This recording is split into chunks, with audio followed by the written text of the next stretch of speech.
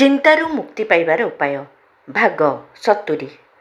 ଚିନ୍ତା ଉପରେ ବିଜୟ ପାଇବାର ସ୍ୱର୍ଣ୍ଣିମ ନିୟମ। ହାର୍ଭାର୍ଡ ବିଶ୍ୱବିଦ୍ୟାଳୟର ମନୋବିଜ୍ଞାନ ଅଧ୍ୟାପକ ୱିଲିୟମ ଜେମ୍ସ କହିଛନ୍ତି, ଚିନ୍ତା ଉପରେ ବିଜୟ ପାଇବାର ସର୍ବୋତ୍ତମ ଉପାୟ ହେଉଛି ଧାର୍ମିକ ବିଶ୍ୱାସ।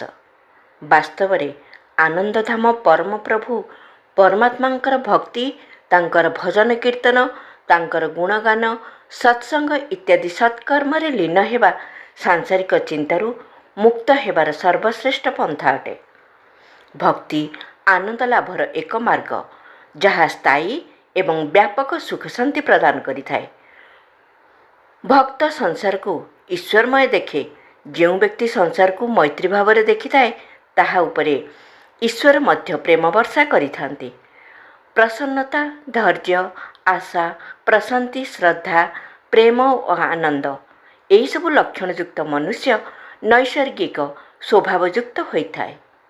ମନୁଷ୍ୟର ସମସ୍ତ ଦୁଃଖର କାରଣ ହେଉଛି ସେ ଈଶ୍ୱରଙ୍କ ଆଦେଶର ପ୍ରତିକୂଳ ଦିଗରେ ଯିବାକୁ ପସନ୍ଦ କରେ।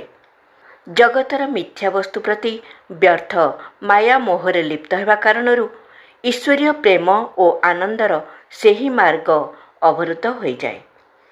ଦୈବୀ ପ୍ରସନ୍ନତା ଏବଂ ଆନନ୍ଦର ସେହି ସ୍ରୋତକୁ ଅବରୋଧ ମୁକ୍ତ କଲେ ହିଁ ସେ ଶାନ୍ତି ଲାଭ କରିପାରେ।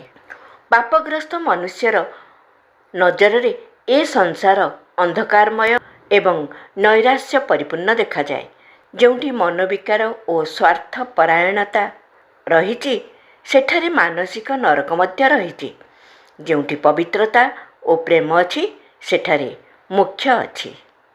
କ୍ରମଶଃ ଆଗାମୀ ଭାଗରେ ଆହୁରି ଆଗକୁ